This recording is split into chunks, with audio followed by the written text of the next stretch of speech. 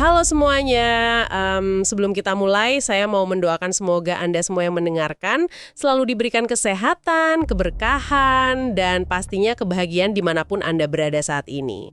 Amin ya, itu doa yang sangat bagus untuk memulai pembahasan kita kali ini. Bener banget. Nah, sekarang coba bayangkan skenario ini tepat di depan mata Anda. Ada sebuah mayat ditemukan tergeletak dengan posisi anggota tubuh yang sangat tidak wajar di bawah sebuah menara pengawas tua. Menara yang menjulang tinggi, berkarat, dan letaknya itu benar-benar terisolasi di tengah hutan rawa, yang lebat gitu. Iya, gelap dan menyeramkan. Terus ketika polisi tiba untuk menyelidiki TKP, mereka sama sekali nggak menemukan petunjuk, kayak nol besar. Mereka malah menemukan sebuah kemustahilan absolut. Nah, ini bagian favorit saya, kemustahilan forensik. Tepat, tidak ada satupun sidik jari di seluruh struktur menara itu. Dan yang lebih gila lagi, di tanah berlumpur yang basah tepat di bawah menara itu, tempat di mana mayat itu jatuh, nggak ada satupun jejak telapak kaki. Sama sekali nggak ada ya? Sama sekali nggak ada. Ini kayak kejahatan yang dilakukan oleh makhluk halus yang melayang di udara kan. Tapi tebak siapa satu-satunya tersangka yang dituduh oleh seluruh penduduk kota? Pasti orang yang paling tidak disukai di kota itu. Benar banget. Seorang gadis liar yang seumur hidupnya dikucilkan dan hidup sendirian di pedalaman rawa tersebut. Si wanita rawa. Iya, si wanita rawa. Pertanyaannya, apakah dia ini seorang pembunuh berdarah dingin dengan otak jenius, atau dia sekadar kanvas kosong tempat masyarakat memproyeksikan prasangka buruk mereka? Nah, selamat datang di Shalva Channel, tempat khusus untuk Anda di mana kita mengambil cerita-cerita terbaik, paling membingungkan dan mengupas anatominya sampai ke akar-akarnya. Senang sekali bisa kembali membedah materi yang menurut saya luar biasa ini. Karena sumber yang akan kita bahas hari ini benar-benar memaksa kita untuk mengevaluasi ulang bagaimana sebuah narasi itu dibangun kan? Setuju banget. Oke, mari kita bedah ini. Sumber utama kita hari ini adalah sebuah rangkuman naratif yang sangat mendetail dari kisah Where the Crawdads Sing. Dan misi kita di penjelajahan kali ini bukan sekedar membacakan ulang urutan kejadian untuk Anda ya. Kita akan menelusuri bagaimana sebuah kejahatan yang mustahil itu diciptakan. Terus, bagaimana insting bertahan hidup manusia itu bisa berevolusi menjadi sesuatu yang sangat mematikan. Jadi, mari kita langsung melompat ke genangan lumpur di bawah menara itu. Korban tewas bernama Andre. Dia bukan orang sembarangan kan? Oh, jelas bukan. Andre ini adalah representasi dari puncak hierarki sosial di kota tersebut. Dia populer, tampan, atlet bintang, berasal dari keluarga baik-baik. Anak emas banget lah pokoknya ya. Tepat. Makanya, ketika mayatnya ditemukan di bawah menara setinggi puluhan kaki itu, asumsi paling rasional yang pertama kali muncul tentu saja, oh, ini pasti kecelakaan. Masuk akal sih. Mungkin dia mabuk, terus memanjat menara di malam hari, terpleset, dan jatuh. Tapi kan, ketika tim penyelidik mulai mengumpulkan bukti, narasi kecelakaan itu langsung hancur berkeping-keping. Nah, disinilah bagian yang sangat menarik bagi saya. Maksud saya, kalau Anda jatuh dari ketinggian yang mematikan, insting primal Anda pasti akan mengambil alih kan? Pasti, Anda akan panik. Iya, Anda panik. Tangan Anda akan secara otomatis mencoba mencengkram apa saja di sekitar Anda. Kayak pagar besi, papan kayu, engsel pintu. Pasti ada gesekan, atau minimal ada noda keringat. Tapi di menara itu bersih total. Bahkan sidik jari Andre sendiri tidak ada di sana. gila kan? Bersih total. Yang sangat menarik di sini adalah implikasi forensiknya. Sebuah TKP yang benar-benar bersih di tengah alam liar itu sangat tidak wajar. Alam itu selalu meninggalkan jejak gitu loh. Bener. Debu, serbuk sari. Semua itu medium yang sempurna untuk merekam jejak fisik. Jadi jika tidak ada sidik jari dan tidak ada jejak kaki di lumpur, kesimpulannya cuma satu. Seseorang telah dengan sengaja, sangat metodis membersihkan tempat itu dalam kegelapan malam. Tunggu sebentar, saya bisa memahami logika polisi bahwa oke, ini pembunuhan dan ada upaya menghilangkan barang bukti. Tapi ini yang bikin saya benar-benar bingung. Kenapa mereka langsung menuduh Clara? Iya, kalau nggak ada bukti fisik sama sekali, nggak ada saksi mata, dari mana polisi dan warga kota tiba-tiba punya ide untuk, yuk kita kepung rumah Clara si wanita rawa? Maksud saya bukankah ini lompatan logika yang nggak masuk akal? Kalau kita melihatnya dari kacamata sosiologi murni, itu justru sangat bisa diprediksi. Ini membawa kita pada pertanyaan penting tentang bagaimana kelompok masyarakat merespon sebuah anomali. Anomali yang mengancam rasa aman mereka maksudnya. Tepat sekali. Ketika sosok penting di komunitas mereka dibunuh dengan cara yang begitu rapi, itu memicu teror massal. Ketidaktahuan melahirkan ketakutan. Dan ketakutan massal itu selalu menuntut jawaban instan.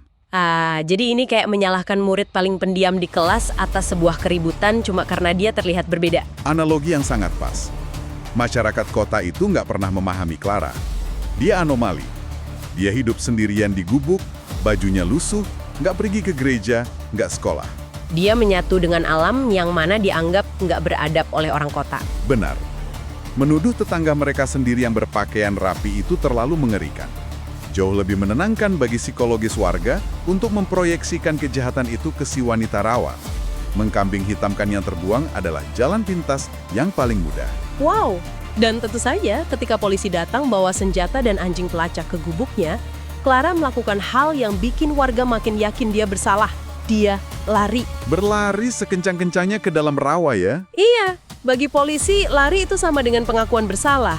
Tapi, untuk Anda yang mendengarkan, biar kita paham kenapa insting pertama Clara itu lari bukan minta pengacara, kita harus mundur ke masa lalunya. Kita harus membongkar bagaimana ekosistem rawa memprogram ulang otaknya sejak kecil. Bener banget. Karena dia nggak dilahirkan dengan insting buat bersembunyi dari manusia kan. Dia diajarin lewat trauma. Saat usianya baru 10 tahun, Ayahnya adalah seorang veteran dengan luka psikologis dari medan perang. Dan dia melampiaskannya ke keluarga dengan didikan militer yang sangat abusif. Rumahnya itu bukan tempat berlindung. rumahnya adalah zona perang. Sampai akhirnya ibunya pergi. Jalan kaki menyusuri jalan tanah, bawa koper, dan nggak pernah menoleh ke belakang. Terus kakak-kakaknya juga kabur. Dan ada satu momen spesifik yang sangat mendefinisikan Clara. Ketika ibunya mengirim surat. Iya, surat itu. Ibunya nawarin kehidupan baru, tiket keluar dari neraka rawa. Tapi respon ayahnya, dia menatap surat itu terus membakarnya tepat di depan mata Clara yang masih kecil. Pembakaran surat itu adalah pemutusan mutlak dari peradaban. Ayahnya memotong satu-satunya jembatan Clara dengan dunia normal. Dan ketika sang ayah akhirnya juga pergi, Clara ditinggalkan dalam kehampaan total. Anak umur 10 tahun ditinggal sendirian, tanpa uang, tanpa siapapun. Disinilah saya merasa sangat miris. Dia harus bangun subuh, menggali lumpur cari keong.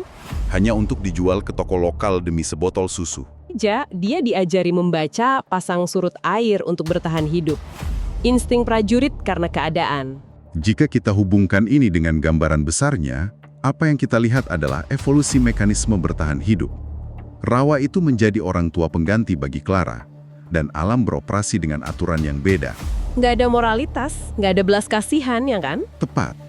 Alam hanya mengenal predator dan mangsa. Karena dia dibesarkan oleh ekosistem ini, dia belajar bahwa untuk bertahan hidup, Anda harus tidak terlihat, tidak bersuara, dan super mandiri. Masuk akal banget. Dia jadi makhluk rawa yang sempurna. Tapi, bagaimanapun dia tetap manusia kan? Dia kesepian. Dan celah emosional ini terbuka waktu Matt datang. Matt adalah anomali positif dari kota. Dia mendekati Clara bukan untuk mengeksploitasinya. Matt ini jangkar Clara ke kemanusiaannya. Dia ngajarin Clara baca tulis. Bukan cuma mengeja, tapi Matt memberi Clara kemampuan untuk memberi struktur pada pengetahuan alamnya yang luar biasa. Matt mendorongnya mendokumentasikan flora, fauna itu jadi buku. Pemberdayaan intelektual yang keren banget sih. Tapi sayangnya, Matt harus pergi ke kota untuk kuliah. Dan pas Clara lagi kesepian-kesepiannya, muncullah si Andre, sang atlet idola. Kehadiran Andre menciptakan dinamika predator dan mangsa. Berdasarkan narasi yang beredar, Andre cuma didorong oleh obsesi dan kebanggaan maskulin. Menaklukkan si wanita rawa itu kayak piala buat dia. Dia pura-pura cinta padahal manipulatif banget. Dan Clara yang haus kasih sayang sempat termakan ilusi itu. Dia kasih hatinya. Sampai Matt pulang sebentar dan memperingatkan Clara. Matt mendengar niat buruk Andre dari teman-teman di kota. Iya, dan waktu Clara ngecek sendiri ke kota, boom! Dia lihat Andre sama tunangannya yang cantik dan berkelas. Clara sadar dia cuma dimanfaatkan. Ini memunculkan pertanyaan penting tentang privilege. Kenapa Andre merasa aman mempermainkan Clara? Karena dia tahu sistem melindunginya. Pria populer di kota nggak akan dihukum karena nyakitin gadis liar. Benar. Dan waktu Clara mau menjauh, ego Andre terluka. Disinilah topengnya jatuh. Dia jadi predator beneran. Dia mencegat Clara dan menggunakan kekuatan fisiknya. Dia mencoba memperkosa Clara. Ini kayak analogi turis sombong yang meremehkan satwa liar kan? Turisnya ngira hewannya jinak padahal punya insting mematikan. Clara meledak. Dia ngelawan dengan kekuatan yang dia dapat dari kerja fisik di rawa, terus kabur pakai perahu. Reaksi pelarian murni. Tapi tragedinya adalah, waktu Clara mencoba menyelamatkan nyawanya, ada saksi mata di kejauhan yang melihatnya. Saksi yang cuma lihat Clara lari dengan wajah marah di atas perahu. Saksi itu nggak lihat percobaan pemerkosaannya. Betul. Dan informasi yang terpotong inilah yang nantinya dijadikan amunisi utama di pengadilan. Benar-benar diputar-balikan. Korban yang kabur malah dianggap monster berbahaya. Nah ini bawa kita ke ruang sidang. Clara terancam hukuman mati. Tapi untungnya ada pensiunan pengacara yang bersimpati dan mau belain dia. Strategi pengacara ini adalah masterclass dalam mendekonstruksi narasi. Pihak penuntut gak punya bukti fisik. Jadi mereka membangun kasus murni dari pembunuhan karakter. Mereka pakai kesaksian orang yang lihat Clara di perahu gitu kan? Iya. Mereka melukiskan Clara sebagai entitas yang buas dan pendendam. Karena dia bisa bertahan di alam liar, mereka mengasumsikan dia pasti punya kapasitas membunuh. Tapi pengacara Clara membalas pakai sesuatu yang jauh lebih kuat, logika dan matematika. Dia bawa saksi ahli, seorang penerbit buku dari kota yang lagi kerjasama nerbitin bukunya Clara. Penerbit ini bersaksi di bawah sumpah bahwa dia makan malam sama Clara di kota sampai jam 10 malam. Sementara forensik bilang pembunuhan Andre terjadi jam 2 dini hari. Nah, ini logistik yang menarik untuk Anda semua. Perjalanan dari kota ke rawa butuh 3 jam pakai bus malam. Clara baru bisa tiba jam 1 pagi. Jadi bayangin deh, jam 1 tiba, jam 2 pembunuhan. Clara cuma punya waktu 1 jam di kegelapan total untuk nyari Andre, merayu pria sebesar itu, manjat menara, mendorongnya tanpa perlawanan, lalu turun lagi. Dan membersihkan setiap sidik jari. Serta menyapu lumpur tanpa sisa. Apa itu masuk akal buat dilakukan 1 jam? Sangat tidak mungkin. Sebuah kemustahilan fisik. Pengacara tahu itu. Dan dia melakukan langkah brilian.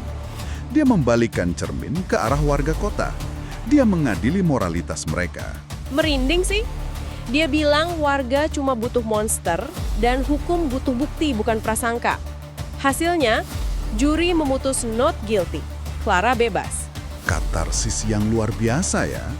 Keadilan prosedural tampaknya menang. Clara kembali ke rawa. Matt juga balik ke dia, mereka nikah, hidup bahagia sampai tua, dan Clara akhirnya meninggal dengan tenang. Cerita selesai. Atau ya itu yang kita pikirkan. Sampai Matt nemuin buku harian Clara. Dan isi buku itu membalikkan semuanya. Di sana, Clara merinci setiap langkah rencananya. Dia memang membunuh Andre. Boom, dia beneran lakuin itu, bukan halusinasi. Karena buktinya ada, Matt nemuin kalung cangkang milik Andre terselip di buku itu. Kalung yang hilang pas mayatnya ditemukan. Plot twist ini mengikat seluruh hidup Clara. Gimana dia bisa bersihin TKP? Karena dia diajari rawa. Alam melatihnya jadi tidak terlihat. Dan alibi super jeniusnya, pertemuan dengan penerbit. Kemampuan baca tulis dari Matt memberinya tameng waktu yang sempurna. Dia gabungin insting alam dan peradaban buat eksekusi sempurna. Dia ahli strategi. Dia hitung, kalau lapor polisi, hukum nggak akan berpihak ke wanita rawa. Jadi dia pakai hukum rimba, memburu predator sebelum diburu. Wow. Jadi cerita ini ngajarin betapa bahayanya meremehkan seseorang karena bias kita, warga, Andre, bahkan pengacaranya sendiri meremehkan kemampuan Clara. Kebutaan kolektif itulah yang bikin Clara lolos. Hukum formal bilang dia nggak bersalah, tapi secara moral ini sangat abu-abu. Makanya ini jadi teka-teki moral buat Anda semua. Mengingat hukum saat itu tidak akan peduli sama pelecehan gadis buangan, apakah pembunuhan yang Clara lakuin ini kejahatan berdarah dingin? Atau satu-satunya keadilan yang bisa dia dapatkan di dunia yang membuangnya? Sebuah pertanyaan provokatif yang jawabannya ada di tangan masing-masing. Terkadang apa yang terlihat di permukaan menyembunyikan kebenaran yang jauh lebih gelap. Benar banget. Nah, kalau Anda menikmati sesi deep dive kita yang penuh twist ini, pastikan Anda dukung Zalfa Channel, tekan tombol like dan tinggalkan opini Anda di komentar apakah Clara bisa dibenarkan. Jangan lupa klik subscribe dan nyalakan lonceng notifikasinya, biar Anda nggak ketinggalan penjelajahan seru kita selanjutnya. Terima kasih sudah menyimak. Terima kasih sudah ikut menganalisis kasus ini bersama kami. Sampai jumpa. Dan ingat, terkadang mereka yang paling tidak terlihat di mata masyarakat adalah mereka yang paling mampu mengendalikan permainan.